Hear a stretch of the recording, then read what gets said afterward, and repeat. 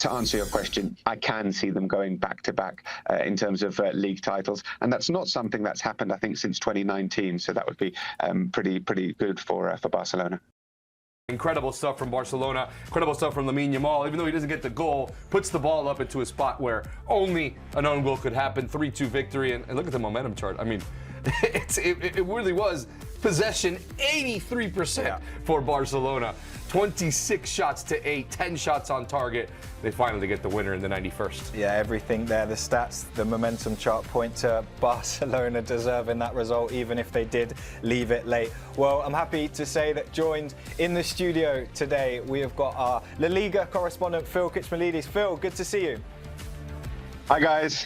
How's it going? All good? We were just looking there. Barcelona, they left it late today. What did you make of the performance? Yeah, I mean, they left it late, and it was sort of heartbreaking for Levante because they defended so resolutely, but really, Barcelona probably deserved it. You're looking at the stats there, you know, they were up in the mid-80s in terms of possession for the entire game, shot after shot after shot. I think, you know, overall, it was a really strong reaction from Barcelona, having been 2-0 down at half-time. I think there's things to work on from Barcelona's perspective, because that offside trap, which worked so effectively last season, Levante breached it quite a few times tonight, and they managed to get in behind. And we thought that Íñigo Martínez, who was such an important part of that defence last season, might be missed, and he was missed tonight because he was the leader of that offside trap, which Levante managed to get in behind quite a few times, particularly in their first half. But overall, really good reaction from Barcelona in the second half. They kept going, and when you've got someone like Lamine Yamal on the pitch, anything can happen. They've also got strength in depth as well, you know, making changes, bringing Dani Olmo on at halftime, bringing Gavi on, bringing Robert Lewandowski on in the second half as well. So, yeah, strength in depth, and in the end, they got the win they probably deserved.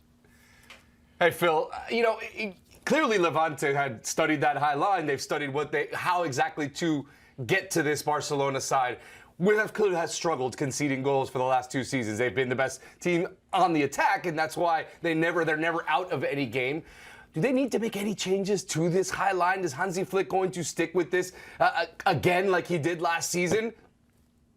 Yes, he is going to stick with it, definitely. I think he just needs players to understand it a little bit more. And I'm not just specifically looking at Ronald Araujo, but I am looking quite a lot at Ronald Araujo, because he wasn't in the starting 11 in the biggest games last season. He wasn't someone that had fully understood the high line and the offside trap that Hansi Flick wanted to play, and now he's been catapulted into absolute first choice alongside Pau Cubarsí. So there is some work to be done there, definitely. Eric Garcia also played the first 2 games of the season, and Jules Koundé had been first choice last season.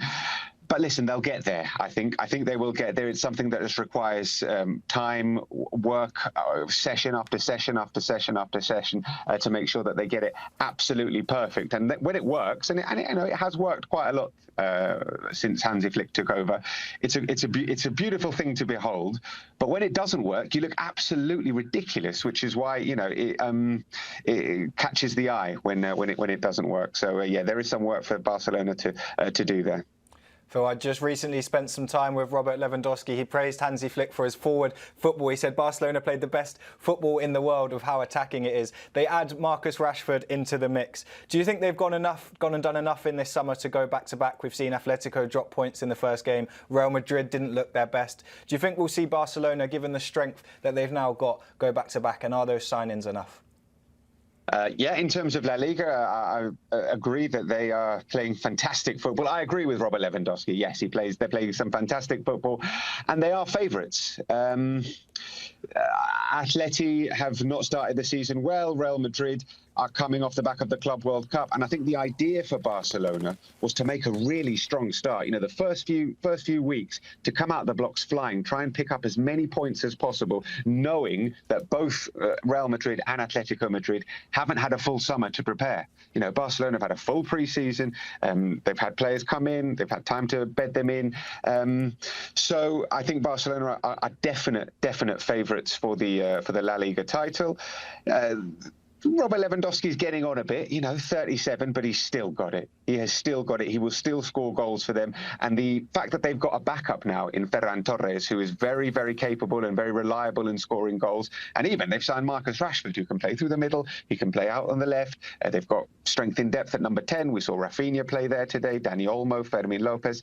There's strength in depth there. Watch out, by the way, though, potentially a little situation between the manager and the club, because the manager, pretty vocal, he doesn't want Marc Casado to leave. He doesn't want Fermin Lopez to leave. The club wouldn't be too displeased to maybe move those players on and bring some money in and get some players off the wage bill. So that's maybe something to watch out for over the next week as the transfer window closes. But to answer your question, I can see them going back-to-back in terms of league titles. And that's not something that's happened, I think, since 2019. So that would be pretty good for Barcelona. Phil, you mentioned Atletico Madrid, another disappointing performance for them as well. What's going on at Atletico Madrid? What's going on with Diego Simeone and his side? Is it a bit, it seems like they don't really understand the tactics that they want to play, or they don't know exactly what their identity is yet. What are your thoughts on the start to the season for Atleti? Well, last season they had a really slow start, and I thought that this season, actually, the players that they've signed fit into the starting 11 better. It doesn't look like Simeone is trying to fit different pieces of the jigsaw puzzle together. I thought he had a clear idea of what he wanted his team to do. Listen, last week against Espanyol, there was a game they should have won. They had it absolutely controlled, and normally Atletico Madrid can see out games. If there's one thing they can do, when they're 1-0 up, they should be able to see out games. So that was uncharacteristic. And today against Elche, it looks like a bad result, but Elche are a really good side actually, and they're going to cause plenty of teams plenty of problems this season. But Atletico Madrid should be beating them. Alex Baena is a miss. Obviously, he should have played today, but he was injured. I'm not entirely sure why Atleti keep starting the season slowly. But watch out, because last season they only won 5 of their opening 11 games, and then they went on a run and they won 8 in a row, and they were top at Christmas, and then it all fell apart a little bit later on. So I think Diego Simeone will get it together. I think the team will click. I think the new signings will fully understand what is required of them. But it might take a little bit of time, and time is not something that Barcelona and Real Madrid are going to afford you. So it might be too late by the time he does figure it all out.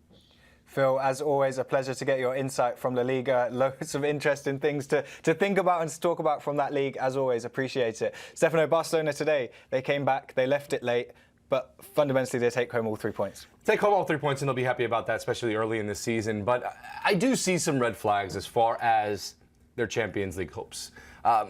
They were shocking defensively last year. They just scored more goals than anyone in Europe by a large margin, so that's why they were able to win La Liga and get close in the Champions League. But you can clearly see that they're missing Inigo Martinez after he leaves the club. That high line is going to be an issue, I think. And again, Hansi Flick, he's going to play this way, and we just heard Phil tell us that he's not going to change the style that he wants to play. But I do think that if they keep messing with this high line, they continue to do this, it will make them pay again in the Champions League, in massive competitions after some wear and tear from these players after so many games. It's going to be tough to keep playing this way with the personnel that they have, with Martinez gone, with some other players that maybe aren't 100% fit. I do think it is something to look at for this Barcelona side. They're going to score a ton of goals. I don't think we need to worry about that. They have so much quality, so much pace going forward.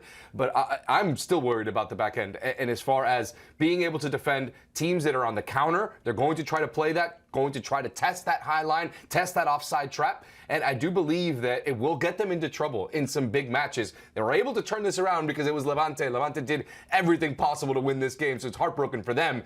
But I do think they're able to get this result today because it's a Levante. And when they're up against a Real Madrid or another big side in Europe, it will be a lot tougher.